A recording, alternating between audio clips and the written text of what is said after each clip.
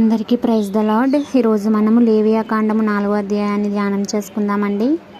మరియు యెహోవా మోషేకు ఇలాగ సెలవిచ్చెను, నీవు ఇశ్రాయేలీయులతో ఇట్లనము, యెహోవా ఆజ్ఞలన్నింటిలో దేని విషయమైనను ఎవరైనను పొరపాటున చెయ్యరాని కార్యములు చేసి పాపి అయిన ఎడల ఎట్లనగా ప్రజలు అపరాధులగునట్లు అభిషిక్తుడైన యాజకుడు పాపము చేసిన ఎడల తాను చేసిన పాపమునకే నిర్దోషమైన కోడెదూడను యెహోవాకు పాప పరిహారార్థ బలిగా అర్పింపవలెను. అతడు ప్రత్యక్షపు గుడారం యొక్క ద్వారమునకు యెహోవా సన్నిధిని ఆ కోడెను తీసుకుని వచ్చి కోడె తల మీద చెయ్యి ఉంచి యెహోవా సన్నిధిని కోడెను వధింపవలెను. అభిషిక్తుడైన యాజకుడు ఆ కోడె దూడను రక్తములో కొంచెము తీసి ప్రత్యక్షపు గుడారమునకు దానిని తేవలెను. యాజకుడు ఆ రక్తములో తన వ్రేలు ముంచి పరిశుద్ధ మందిరము యొక్క అడ్డతెర ఎదుట ఆ రక్తంలో కొంచెం 7 మారులు యెహోవా సన్నిధిని ప్రోక్షింపవలెను. అప్పుడు యాజకుడు ప్రత్యక్షపు గుడారంలో యెహోవా సన్నిధిని ఉన్న సుగంధ ద్రవ్యముల ధూపవేదిక కొమ్ముల మీద ఆ రక్తములో కొంచెము చమిరి ప్రత్యక్షపు గుడారం యొక్క ద్వారమునొద్దనున్న దహన బలిపీఠం అడుగున ఆ కోడె యొక్క రక్తశేషమంతయు పోయవలెను. మరియు అతడు పాప పరిహారార్థ బలిరూపమైన ఆ కోడె క్రొవ్వు అంతయు దాని నుండి తీయవలెను. అంత్రములలోని క్రొవ్వును, అంత్రముల మీద క్రొవ్వు అంతటిని, మూత్రగ్రంథులను, వాటి మీద డొక్కలపైనున్న క్రొవ్వును, మూత్రగ్రంథులపైనున్న కలేజము మీది వపను సమాధాన బలియగు ఎద్దు నుండి తీసినట్లు దీని నుండి తీయవలెను. యాజకుడు దహన బలిపీఠం మీద వాటిని ధూపము వెయ్యవలెను.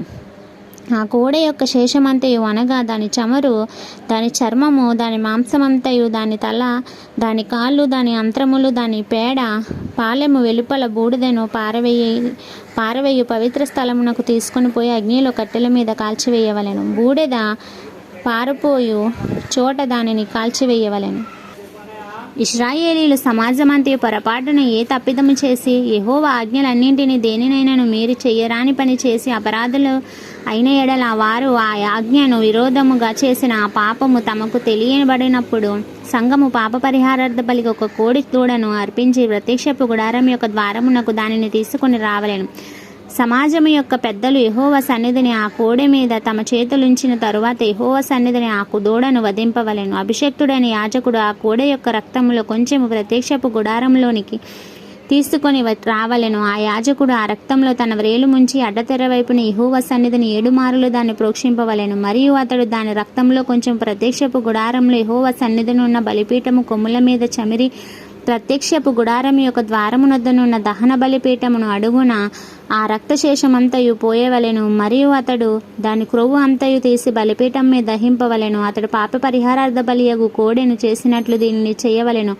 అట్లే దీన్ని చేయవలెను. యాజకుడు వారి నిమిత్తము ప్రాయశ్చిత్తం చేయగా వారికి క్షమాపణ కలుగును. ఆ కోడెను పాలెము వెలుపలికి మోసుకొని పోయి ఆ మొదటి కోడెను కాల్చినట్లు కాల్చవలెను. ఇది సంఘమునకు పాప పరిహారార్థ బలి.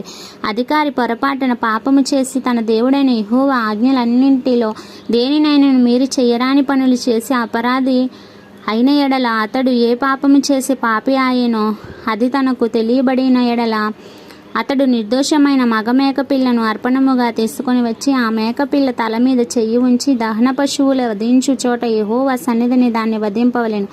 ఇది పాప పరిహారార్థ బలి. యాజకుడు పాప పరిహారార్థ బలి పశురక్తములో కొంచెము తన వ్రేలుతో తీసి దహన బలిపీఠం కొమ్ముల మీద చమిరి దాని రక్తశేషమును దహన బలిపీఠముల అడుగున పోయవలెను. సమాధాన బలి పశువు యొక్క క్రొవ్వు వలె దీన్ని కొవ్వు అంతయు బలిపీఠం మీద దహింపవలెను. అట్లు యాజకుడు అతడు పాప విషయములో అతని నిమిత్తం ప్రాయశ్చిత్తం చేయగా అతనికి క్షమాపణ కలుగును. మీ దేశస్థులలో ఎవడైనాను పొరపాటున పాపము చేసి చెయ్యరాని పనుల విషయంలో యెహోవా ఆజ్ఞల్లో దేనినైనాను మీరి అపరాధి అయిన ఎడల తాను చేసినది పాపమని ఒకవేళ తనకు తెలియబడని ఎడల తాము చేసిన పాపం విషయమే నిర్దోషమైన ఆడమేకపిల్లను అర్పణముగా తీసుకొని వచ్చి పాప పరిహారార్థ బలి పశువుల యొక్క తల మీద తన చెయ్యి ఉంచి దహన బలి పశువులను వధించు స్థలములలో దాన్ని వధింపవలెను. యాజకుడు దాని రక్తంలో కొంచెము వ్రేలితో తీసి దహన బలిపీఠము కొమ్ముల మీద చమిరి దాని రక్తశేషము ఆ పీఠము అడుగున పోయవలెను. మరియు సమాధాన బలి పశువు యొక్క క్రొవ్వును తీసినట్లే దీన్ని క్రొవ్వు అంతటిని తీయవలెను. యెహోవాకు ఇంపైన సువాసన గల యాజకుడు బలిపీఠం మీద దాన్ని దహింపవలెను. అట్లు యాజకుడు అతని నిమిత్తము ప్రాయశ్చిత్తం చేయగా అతనికి క్షమాపణ కలుగును. ఎవడైనాను పాప పరిహారార్థ బలిగా అర్పించుటకు గొర్రెని తీసుకొని వచ్చిన యెడల నిర్దోషమైన దాన్ని తీసుకొని వచ్చి పాప పరిహారార్థ బలియగు ఆ పశువు తల మీద చెయ్యి ఉంచి దహన బలి పశువులను వధించు చోటను పాప పరిహారార్థ బలియగు దాన్ని వధింపవలెను. యాజకుడు పాప పరిహారార్థ బలియగు పశు రక్తంలో కొంచెము తన వ్రేలితో తీసి దహన బలిపీఠము కొమ్ముల మీద చమిరి ఆ పీఠము అడుగున ఆ రక్తశేషమంతయు పోయవలెను. మరియు సమాధాన బలి పశువు యొక్క క్రొవ్వును తీసినట్లు దీని క్రొవ్వు అంతయు తీయవలెను. యాజకుడు యెహోవాకు అర్పించు హోమముల రీతిగా బలిపీఠం మీద వాటిని ధూపము వేయవలెను. అతడు చేసిన పాపం విషయమై యాజకుడు అతని నిమిత్తం ప్రాయశ్చిత్తం చేయగా అతనికి క్షమాపణ కలుగును. ఇంతటితో పరిశుద్ధ వాక్యము మనలను దీవించి ఆశీర్వదించునుగాక. ఆమేన్.